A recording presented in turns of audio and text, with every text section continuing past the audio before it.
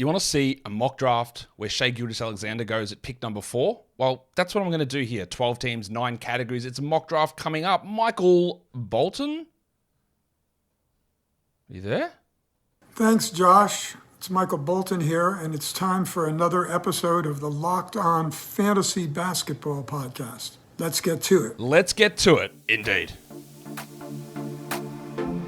You are Locked On Fantasy Basketball, your daily fantasy basketball podcast, part of the Locked On Podcast Network.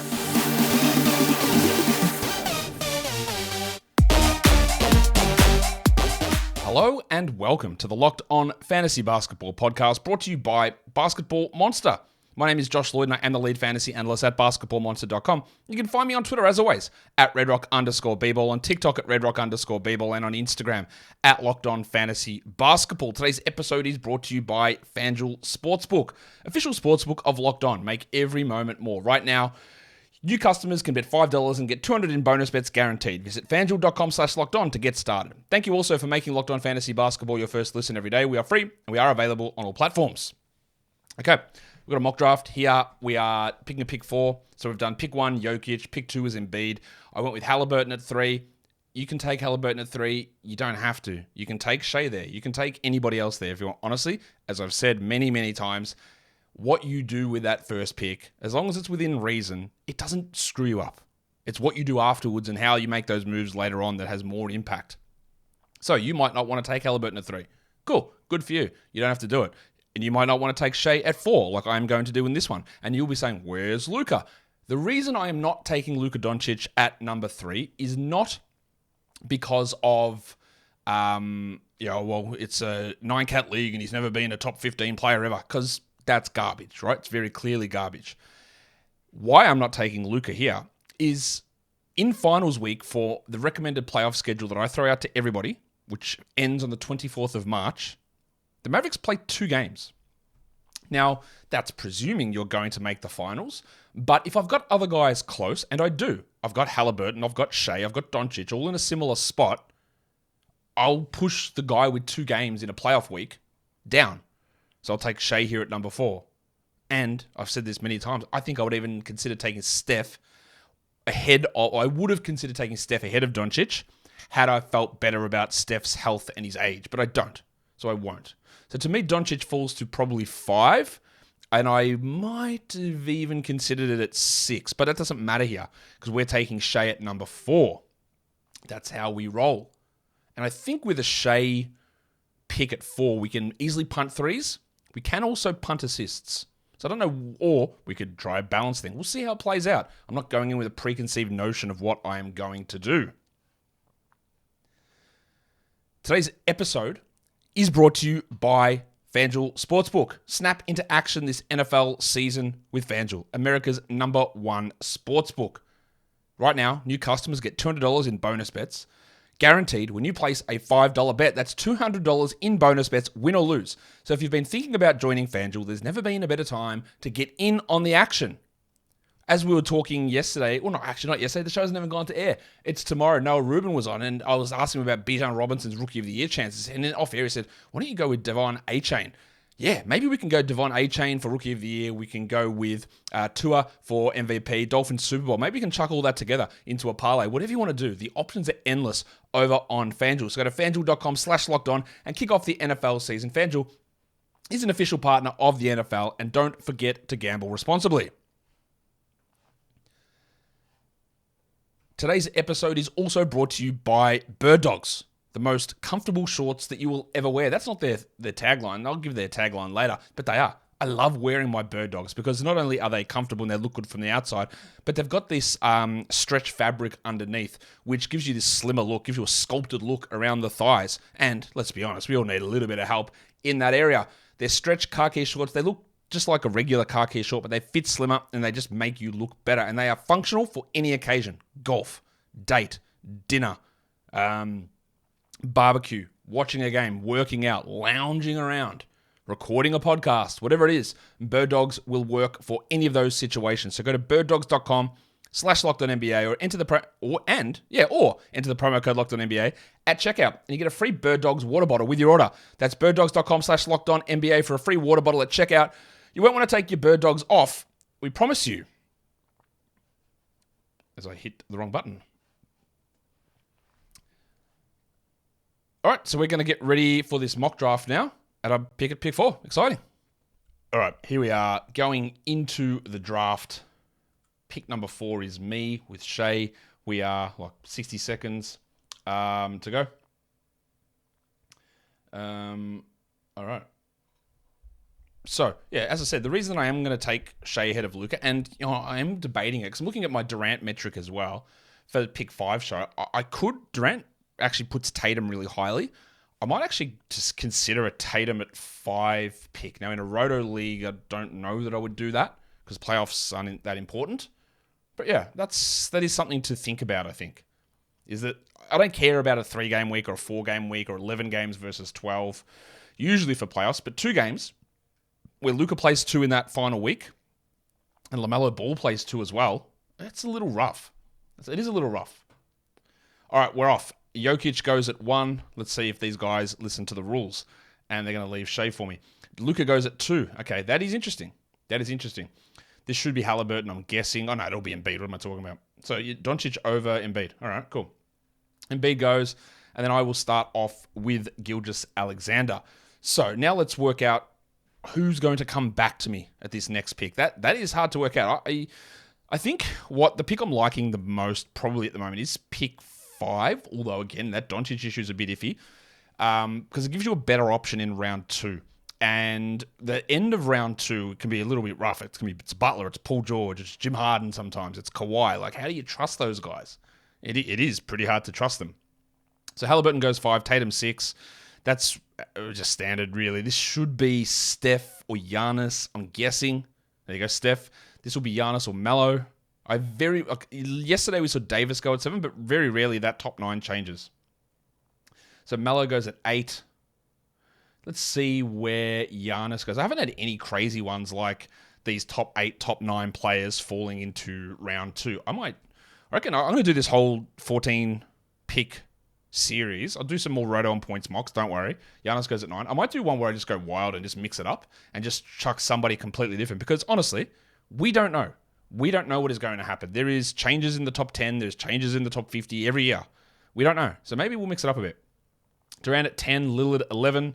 I'd probably lean Lillard over Durant at the moment, even though there is uncertainty about usage and touches with Giannis and how that all plays out.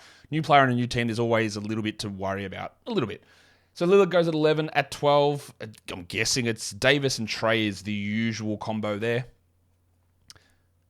And again, it's also always one of those things where you can look at Trae Young's ranking, 9-cat ranking last season, you'll see it's 50, but what does that tell you? It doesn't tell you a single thing because he's never getting picked there. He's consistently going in round 2. As Giannis was ranked 100th. He goes at 9 in most drafts. So that's why I really push back against those straight rankings with turnovers because they actually don't tell you a single thing. And there's so much flaw or so many flaws in the actual maths involved to get there that what benefit is it? It's nothing. It doesn't benefit you in the slightest.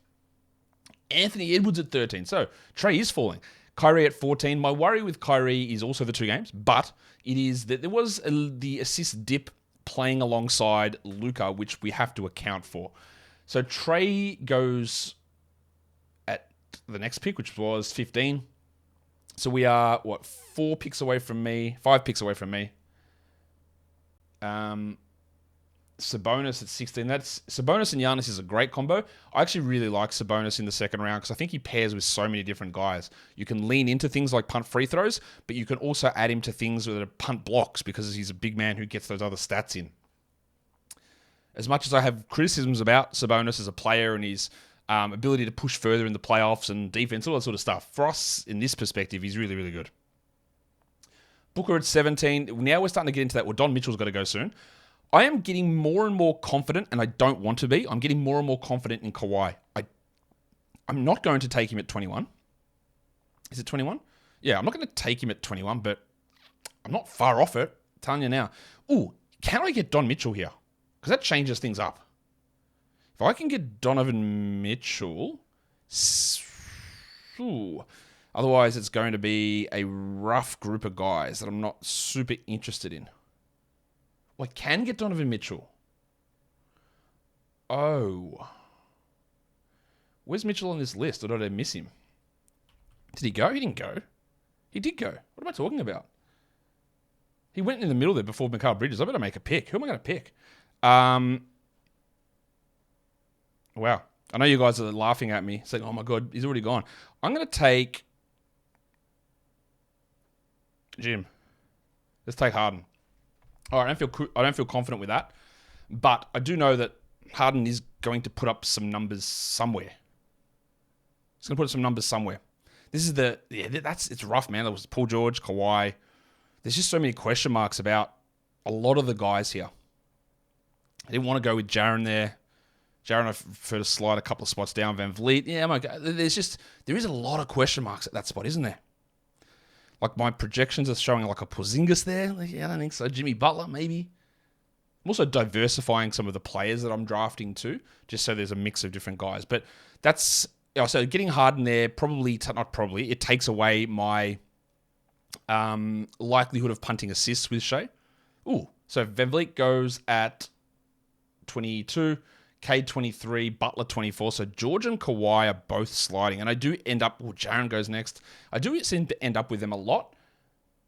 I'm not going to be able to, if Paul George and Kawhi are available for me at the next pick, it's going to be hard to avoid. Part of the issue is going to be, though, if Harden is on the Clippers, do I want those guys, not that I care about having players on the same team, but when they join up, it just takes a little bit off the top of both. And that would be probably the only reason I avoid it. Darius Garland goes at 26. See, I'm going to have this option now to pick between them, and they're both there.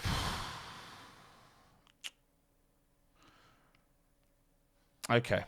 I've got to do it. I have to, yeah, it's risky but let's just shoot Kawhi.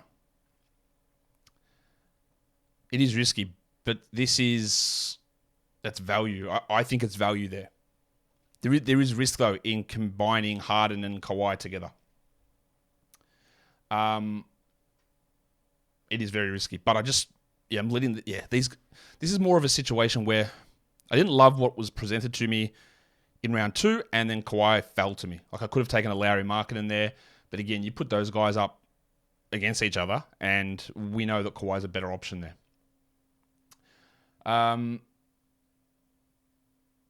tweeted this yesterday, that people just hate.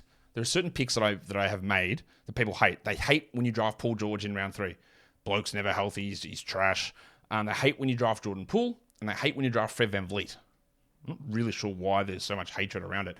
Wembanyama. I talked the other day about how Wemby was going in the 4th round in most drafts, and now he's going in round 3 nearly in the last 2. It's a little high for me at 30, a little high, especially with some other guys on the board. The usual names at the top. Desmond Bane is still there. Now, I am not the biggest Bane guy. I did take him in at pick 23 in one draft, more for a pairing situation. But a little surprised to see that he's still available here.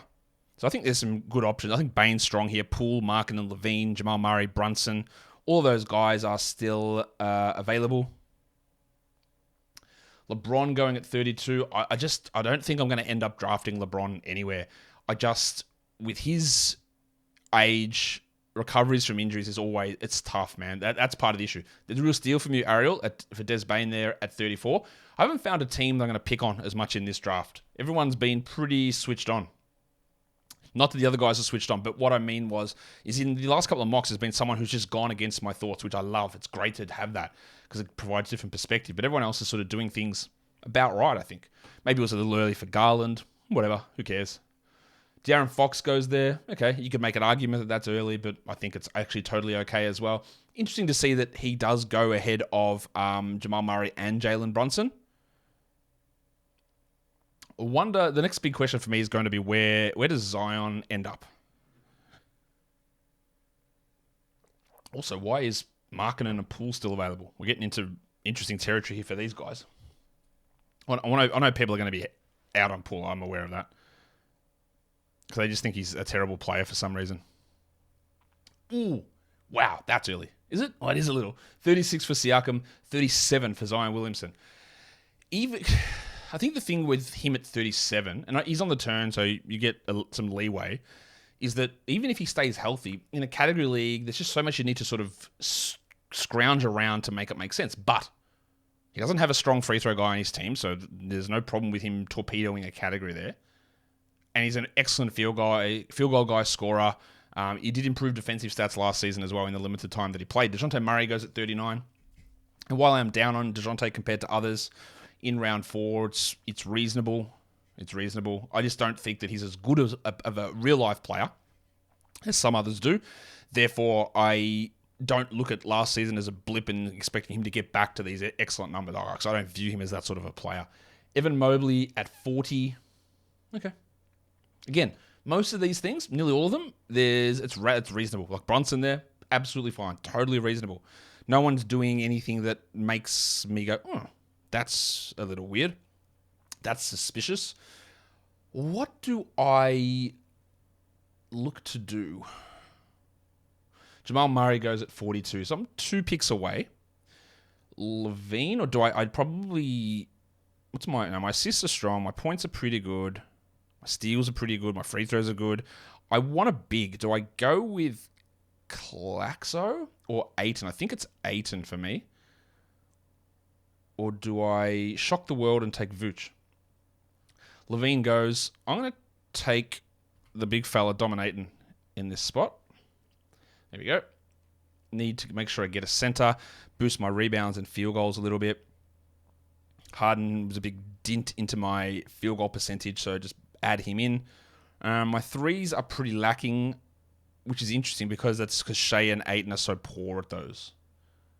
Jordan Poole goes 45. Yeah, look, whatever you can get Poole outside the first 3 rounds, I do think it's a steal. And Claxton there's pretty decent value as well. I'm going to look at... Who am I going to look at? DeRozan goes into the 4th at 48. Do I want to stack up another big? Vooch, maybe? He just went at 49. So when I say I'm out on Vooch, or you might think I hate him, I just don't like him in round 3. In round 5, that's good for me. I'm totally good with it. Walker Kessler at 50. Well, look at that. So Claxton and Kessler together, right? So if you're looking to compete in blocks, you see who the guy is. And then, that's, so that guy who got Jaren needs to now work on his blocks to make him good in it. What do I need to do? Assists are still the hardest thing to get. So, what's my pick? Drew Holiday goes. Who does that put? I'm not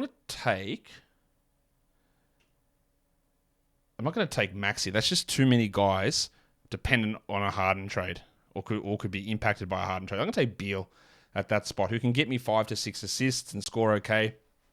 I think Beal is being a little bit underrated at the moment, so I'm okay with getting him there. Like I would never take, personally, Drew Holiday over Brad Beal. Maxey was someone I was looking at there. Jarrett Allen is also an interesting option for us. And I really want to target some later round bigs like a Kongwu. Maybe round 7 for him. Ooh, as my voice cracks, round 7 for him maybe. Anunoby's totally okay. I don't think there's much ceiling in him there, but that's okay. Now, you know that I like to try and get some ceiling guys. Kawhi round 3 is a ceiling play. It's a first round ceiling play. Beal in round 5 I think is a round 3 ceiling play. And I think Ayton in round 4 is a round 3 ceiling play. They're not crazy ceiling plays, but I wouldn't say that Beal at 53 is his floor. His ceiling, and I wouldn't say Ayton at the end of the 40s is his floor either. Anunoby goes after Beal, then Chet, then Scott Barnes, then Julius Randle. That is a pretty common run there. And I reckon we're going to see Gideon, Jalen Williams, and Şengün and Ingram as the next 4 picks is my guess. Oh, they're actually all the 4 guys at the top of the queue. That Randle team would love to grab Paolo Banchero on the way back around. I think that would make a lot of sense once you've got Randle. I think it goes Giddy. So let's see. Does that order go? Does that order hold of those 4 guys? Şengün, there we go. Jalen Williams and Brandon Ingram. Let's see. Jarrett Allen's sliding a bit as well. He might make a bit of sense for my team. I doubt he's making it back to me, though. And, really thinking about it here, Oh, Jarrett Allen does go. Okay, so Ingram and Williams, that's broken up. And I'm very surprised here to see Maxey sliding this far. Very surprised. What's going to happen, right, is Harden might get traded, and then Maxey's going to start going a pick 36. I'm telling you, that's what's going to happen. I feel really confident about that. And people are going to overdraft Terrence Mann if he comes back. Gobert at 60, very interesting pick. Obviously, all going bad free throw. Also, remember Flame Horizon, who can't hear me while I'm talking here. Just because you're punting free throws, you don't have to draft bad free throw shooters. You don't have to. Ingram there is really good at 61. Very intriguing to see the Bronco fall down and Maxey fall into round 6. That is a little surprising. And Franz Wagner goes. So these guys are still falling. What's with the Maxey stuff? I know who are the guys that I'm going to complain about when they get drafted. When CJ goes in the 70s, I'm going to complain. When Buddy Hield goes in the 70s, I'm going to complain. They're probably the two major ones that nearly always happen. Oh, Anthony Simons. Let's chuck. Kuzma was always a guy I look at. Johnson's injured, but I'll put him in my queue. Vassell and Simons. We'll chuck him into the queue. Chucky John Collins in there. He might work on my team. I'll throw Scooter in there as well. There goes Maxey finally at 63.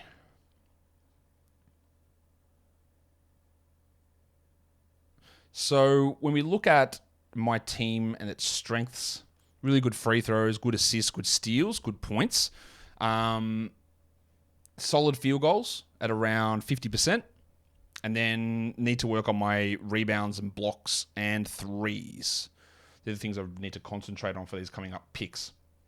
Paolo goes at 64. That's why I've got some like Johnsons and Kuzmas, Simons, really boost some of those scoring numbers up. Rebounds is a John Collins, who I would hope to be able to snag in round 8. Don't think I will, though. The news from the Nets that I saw today is that they're starting Simmons, Dinwiddie, Bridges, and Claxton. The other fifth starter is Cam Johnson, but he's hurt.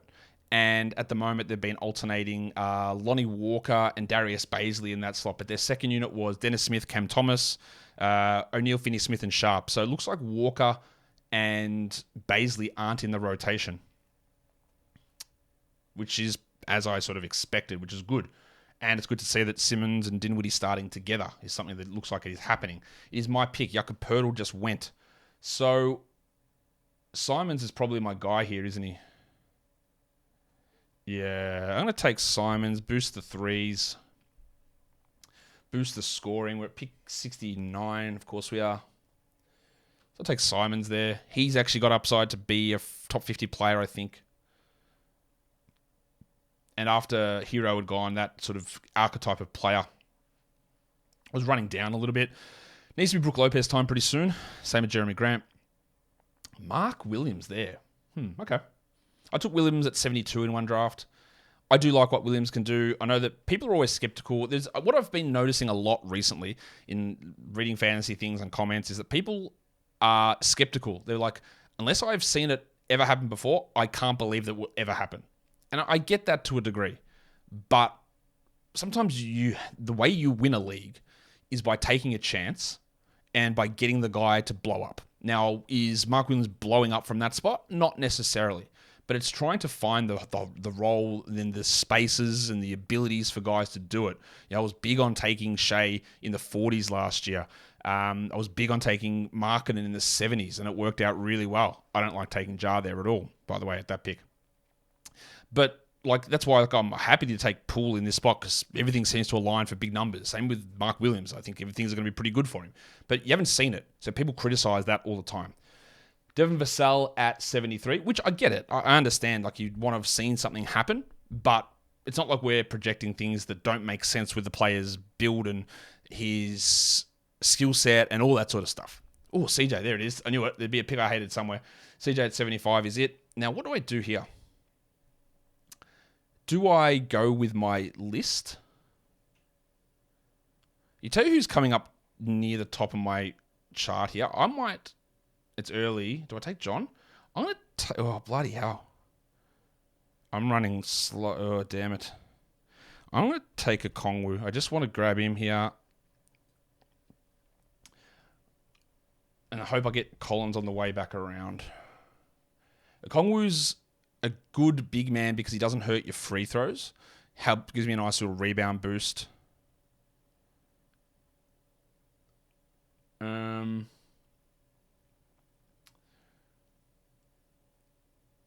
There are other guys there I could have got. Yeah, that's a weird spot. Probably could have taken Brooke. I just don't like to trust the age. Rozier was John Collins is an option for me. I'm not sure where to take him. Miles Bridges will throw him onto the queue. Jabari's going to go onto the queue. Gafford for sure is. Fultz is. Smart is. Middleton at 78. Wendell Carter 77. So my team is really quite not great in threes, but again, I feel like I can get them up a little bit at the end. They're sitting at like 1.6, which is not a good number. When there's some others running at 2.7 for one team. Super Schlong, 2.7 threes projected per game. That's unbelievably high. He's so far ahead of everyone in that category. That's not true, actually, because back-to-back BB is running at 2.7 as well. And Rafael Suarez at the top is running at 1 3 per game. Really just doesn't care about it. That's what happens when you've got Butler and DeRozan on your team. Austin Reeves at 80. Reasonable. Hasn't been much that I've really looked at as being crazy here. Maybe it's my pick of a Kongwu that's bad. Okay. Scoot at 81. He is creeping up. Tyus at 82. Am I in a position to draft Ben Simmons? I don't know. I'm going to consider it. Brook Lopez goes. Now I'm down on Lopez, but that is theft, I think, at 83. That is amazing value for Brook there. And that's sort of one of those ones where you just sort of have to do it and see how, just take the numbers, because I think it's very hard for that to go wrong. It's one of those ones where there's no upside, but when you fall that far, the upside gets built in. Rozier goes at 84, and I think almost the same for Rozier. He's going to be better than that almost definitely. So you like to see that value appear. Trey Jones might be an option for me. Jalen Duren's an option for me. Marcus Smart. I am actually considering Simmons. I've got the free throws to deal with it. I like the rebounds and assists combo. It could just it is a swing. It is a huge swing. Should I do it? I don't think I've done it yet, because he's going late. What's his ADP? It's in the hundreds on Yahoo, isn't it? What's his ADP here, actually, Ben? Where is he on the list? So Miles Bridges goes at 87. The other one I consider is Trey Jones. ADP 117 for Simmons. Could I wait to go back to pick 100 and get him? I could. And do I take John Collins? I don't think I want to do that. I think I want to. Or do I take Derek White? I don't know. I'm a bit down on that. White goes, so I can't take him. A bit down on White's production as a fifth offensive option as a starter, or he's going to be a bench player. But their depth does give some value for him. Okay. You'll notice that I've set the timer for these drafts for 30 seconds so that we can get it out, because it's a show. That's probably a little bit too quick for real life. You probably want it at a minute. Jalen Duren, I like that pick. Again, he is going to start creeping up because now people believe that he's a starter. People didn't believe it before, but it doesn't change my assessment because I thought he was going to be a 30-minute starter, irrespective of Wiseman and Bagley's presence. John Collins goes, so I didn't get Collins coming back around. Okay. Gafford goes, reasonable. I thought Gafford would slide given that he's currently injured, but apparently not. Okay. Well, can't take Trey Jones, can I? Because he just went. Do I pull it on Ben, or do I now take Tobias Harris? Or don't like. Let's take Toby, and then let's come back around with Ben in the next pick. So that's Harris at 93. I actually think that might be his floor. Let's see what Barbecue Chicken does, who took CJ, probably the one that I've liked the least out of all the picks, but he did some other good stuff that I liked, like getting Bam and Poole and Van Vliet. Oh, you asshole! Oh, so he did it. He took Simmons. Well, there you go. I was being too cute. I was hoping that Simmons would fall, and he didn't. Okay. Now that is interesting. That is interesting. Now what do I do? Jalen Green goes at 96.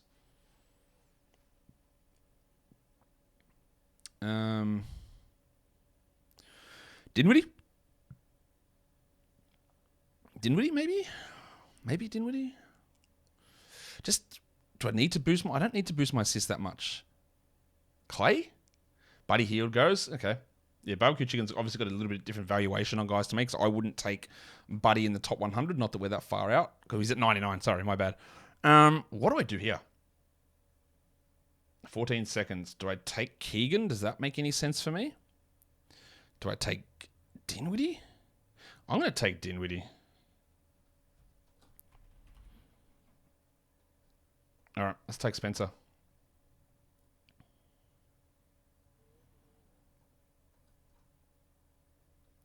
But now I really need to make sure I fill forwards up. Oh, no, I don't, because I've got... The way that they've structured this is wrong, so that's fine. I'm good. I was going to say, wow, I've got onto the bench, but I knew that wasn't the case. We're good there. So Nurkic goes next. Now I've got an open forward slot. So that probably will look to be Keegan for me. Or Wiggins or Bay.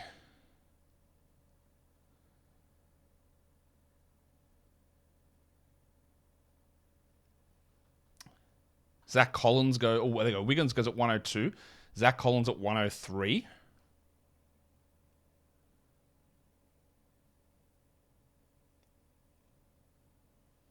My rebounds are at 6, but compared to a lot of other teams, that's pretty poor. Most of the others are at like 7, although again, that's not a huge difference. We sit and overanalyze things that like are 0.5 difference per game, which again is, well, on the scheme of things on a weekly basis, is not that much. It's why I really want big positive greens to give myself confidence in a few categories, and I've got that in 3 really big, 3 strong categories. 85 free throws, 21 points per game, and 5 assists per game average on my team. Like, they are hard to beat. They are significantly ahead of teams. With the exception of assists with Ariel, who's at 6 assists per game. That's going to be tough to beat, but he's struggling in a lot of other categories. And you want to sort of keep the other stuff because it can be quite variable.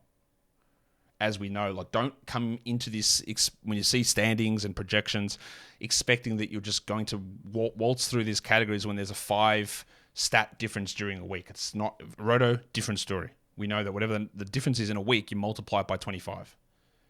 Trey Murphy at 108. All right, that's cool. We hope he's back soon, but I don't think he will be. I think he's going to be December. He said something in a quote the other day, yeah, I'll be back soon, maybe November, December. And when you throw that second date in there, that's sort of what you're looking at. Not mid-November would be doubtful. Oh, now, Jordan Clarkson. I'm losing a little faith that he's going to start. I thought for sure he was going to start, but I am hearing that Sexton and Abaji might be starting there. I honestly don't rate Abaji at all, and I think that if he is starting, he's going to do nothing. He's never going to touch it. He doesn't do enough peripherally at all. Mathurin at 110 I like, even though he was a very empty stats player, but a minutes bump, a second-year efficiency bump are all things we should have a decent level of confidence in. Bruce Brown comes in at 111. I'm hopeful that Keegan falls to me. There are a few big men around here that are interesting. I'm surprised that Mitch Robinson and Rob Williams are available. I think Hooker Luka will be getting one of those guys, we might guess. Or even a Flame Horizon, wherever he is. I know he's already picked. So Mitch Robinson goes to a Spud Webb, who's got a very interesting team, Spud Webb. Good field goals, good blocks, good assists, good rebounds, but struggles in other categories. And interestingly, he's got high rebounds and high assists and high blocks. That's a weird combo. How's he got his big assists up there for Spud Webb? Oh, Giddy, Banchero, Scoot. Yeah, okay. Sabonis, Giannis. Yeah, okay. That is a weird team. Well, there goes Keegan at 113.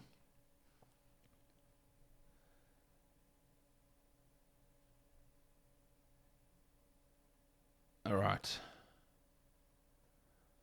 Right. Well, Aaron Gordon goes. People are starting to draft Aaron Gordon a lot higher than I originally thought they would. Is it because I've talked him up a little bit? Maybe. Shaden Sharp goes. I'm a little worried about Sharp. I think that's too early. I just don't know how there's enough touches and how he does enough peripherally to make sense, especially if he's not going to start, which I think is going to be the case. So PJ Washington goes. Okay. I think I've just got to... I always am doing this. I'm just going to take Saddiq Bey here. A few rebounds, solid threes, okay points. Pick 118, 17. I'm surprised that Paul Reed and Asar Thompson are probably going to go in these next 3 picks is my guess. It makes it feel like I like Saddiq Bey. I do not. Ooh, see, barbecue chicken, very different opinion to me. Hate that pick of Keldon, hate the pick of Buddy, hate the pick of CJ at those spots. I think you've gone over 30, probably 50 spots combined with those 3 players. But the beauty of it is we don't know. We will find out. There's guys that I like here, like Emmanuel Quickly at the top of that list. I'm just not sure that there's enough. Like, I started to play the 240 game. You know what the 240 game is? It's every game in the NBA, there are 240 minutes to go around. Most teams run a 10 or a 9-man rotation. Nearly all of them run a 10-man rotation. And you can tell me that, yes, injuries will happen. So, guys, yes, that's fine. But if you look at a roster currently at the moment, look at where they sit, who's healthy, game 1, who plays. Go and do the Knicks.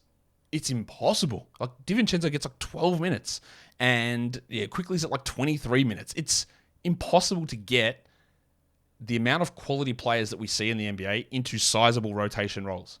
It is impossible. It is so hard to do. And you are going, opening night and the first games of the season, you're going to see players playing and go, why did that guy never play? Because there's too many players and not enough minutes. It's very, very tough. I did an example for the Pistons yesterday, and someone's like, you don't have James Wiseman or Killian Hayes in there. Yeah, I know, because there's too many guys. And that's without Isaiah Livers. You can't fit everybody in.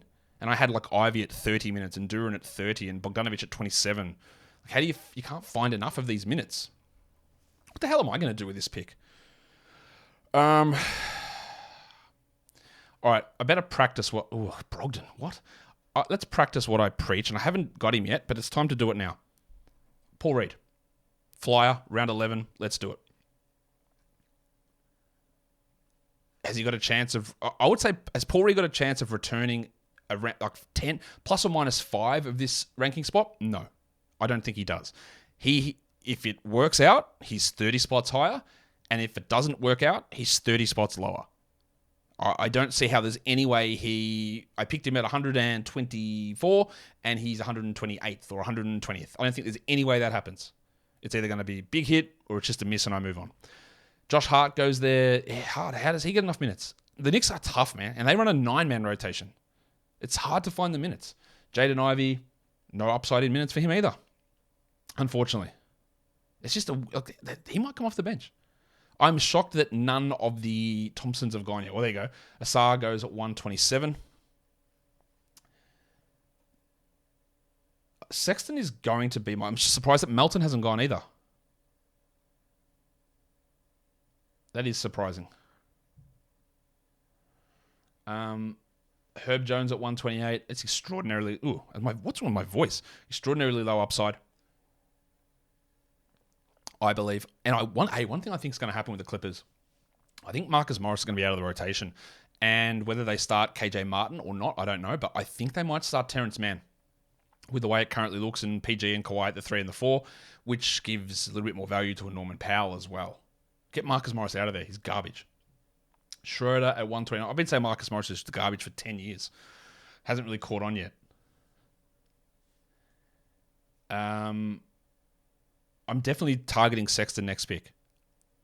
Keontae George is going to be the starting point guard for this team at some point, but it will. Every Jazz person I've seen has said no way he is doing it opening night, but he is very impressive.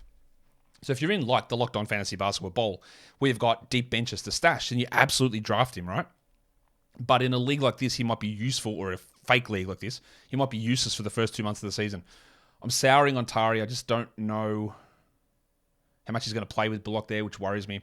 Melton goes before him, Avdija before him, Bojan Bogdanovic. I'd rather take Bogdan, I think. Bojan is going to be reduced in minutes and usage, I think. Again, there are too many guys. And I don't know what they're going to do. Are they going to start Asar and Stewart? Asar and Bojan and Stewart? It's tough. Jeremy Sohan, 134. As much as I criticize Troy Weaver, rightfully so, they got better this offseason. Their roster is better. Bringing in Monte Morris, the return of Cade, drafting Asar. They're better. Oh no, Sexton went.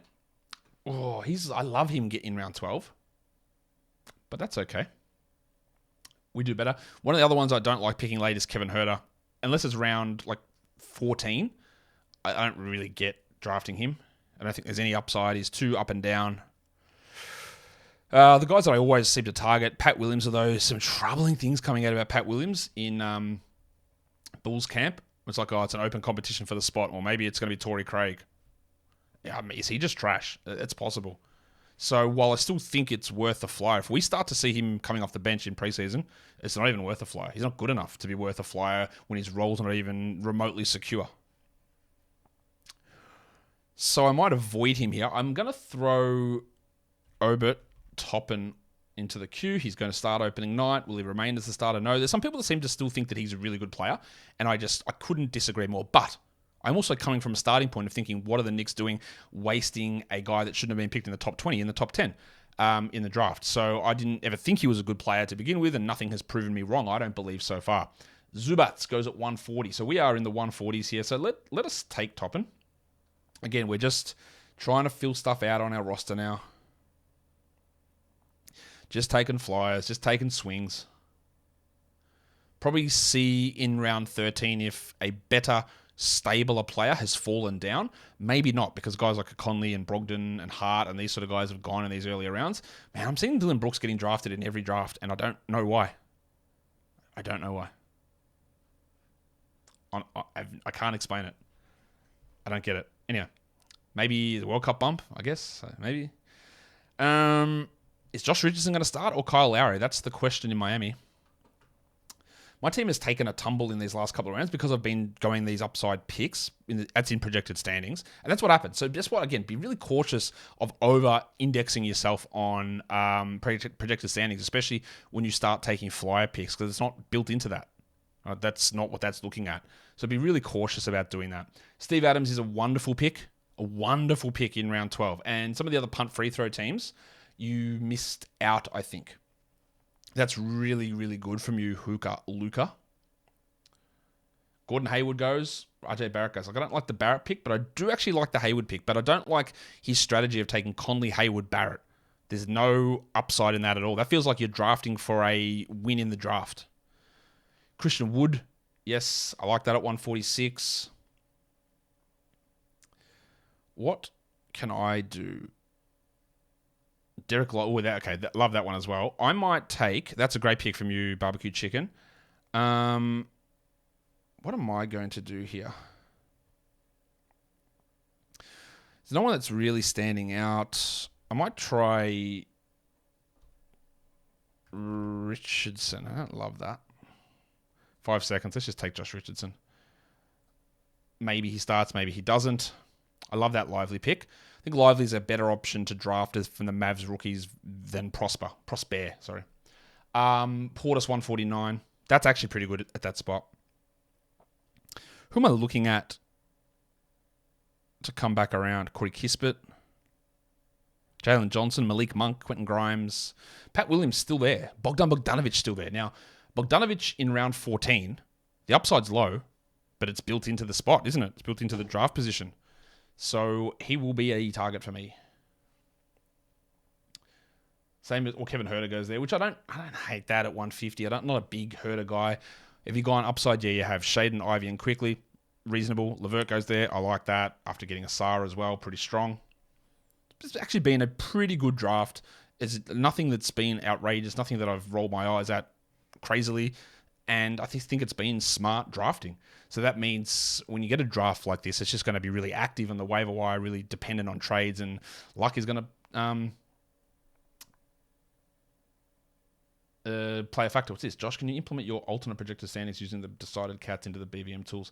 I wish I could back-to-back BB, but I don't have any tech coding knowledge on the tools. I'll talk to Ken about it, though, about whether we can do it. And what that is that we look at projected standings and the categories, and we have to make a decision that, like, if you've got projected numbers, it's better than someone else, we project that you beat them. But what I tried to do in an article that I wrote over there is showing the variance on a week-to-week basis. So unless you've got a significant advantage over a team, we will call that a win. But otherwise, we call it undecided to give you more of an idea of where you sit. Because again, projected standings might say, well, you're going to beat all these teams 6-3, and every victory is by a standard score of 0.2, which means absolutely nothing in the long run. So, yeah, well, look, I don't like that Harrison Barnes pick. John Isaac's a little bit of upside. But I guess Barnes at 156, is there even upside in that? Yeah, there probably is. I'm going to look at Norman Powell with my final pick, whether we get there or not. Do I throw Terrence Mann? I'm just going to go full like Clippers trade here. I've got Kawhi, I've got Harden, I've got Toby Harris, and I've got to go Powell or Mann. Let's just try that. Let's just shake it up. Keontae George, I don't think it'll work out, but you absolutely need to draft him. You absolutely need to. Thibault, I don't really get that Thibault pick whatsoever. I haven't told you who's never getting drafted in any draft that I see is DeAndre Hunter. I don't mind him in this 14th round. Like the same with Brandon Miller. I don't think Brandon Miller's going to be it, but we have a crack. Bowl, yeah, there's no. I don't think, again, play the 240 game with Phoenix. I think he plays 0 minutes. I think he plays 0. But we'll find out, won't we? Quentin Grimes, I like, although the minutes are a crunch. So do I take Brandon Miller, or do I take Bogdan? Or do I take Mann and Powell? Well, Brandon Miller goes. Let's just... let's throw Norman in there, I think. That's upside for Powell, I think, at that spot. All right. So we are almost done. My team overall... I'm okay with it. A few picks where I wasn't super happy with it.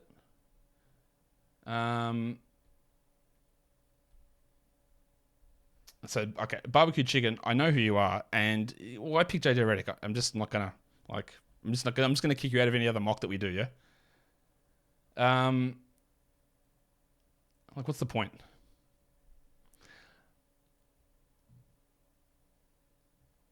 Two more picks to go. So my team's strong in points. They are strong in free throws, solid in assists, which I could have been better in assists, strong in steals. Actually, pretty good turnovers. 1.8 turnovers, which didn't expect. Really bad in rebounds, so I lose that category. And a solid in threes. Cole Anthony goes second last. At the moment, Rafael Suarez is projected first, and I said a lot of his picks are picks that win you the projected standings, but I'm not sure that there's upside in a lot of them, and same with Kelly. Although Kelly Link at 160 is okay, but he's gone like super odd. Conley, Hayward, Barrett, Olynyk, no upside in any of those selections, but it does win you the projected standings, and it wins you the draft. Does that mean anything? No, it doesn't, of course. So look at my team, picking it for Shai, Harden, Kawhi, Ayton, Beal, Simons in round 6, a Kongwu. I didn't love that one. Harris in 8, Dinwiddie 9, Bay 10, Paul Reed 11, Toppin 12, Joshie Richardson 13, and Storman Norman Powell goes at round number 14 for me. So if I look at the projected standings, somehow I ended up coming out on top. Again, grain of salt, all that sort of stuff in terms of the way we try and look at the matchups and the way that those things can work. But happy that my team was able to get there. But the last 4 or 5 rounds, we know the variance and the swings in those things. And Raf Suarez came in second with Hookah Luka and then Rev. So overall, okay with my team. Could have done a few things better, but that's what we're mocking for, just to try things out and see how draft rooms play out. Follow this podcast, Apple Podcasts, Google Podcasts, Stitcher, Spotify, and on Odyssey. And if you're on YouTube, you thumb it up and you leave your comments down below. Guys, we are done here. Thank you so much for listening, everyone. See ya.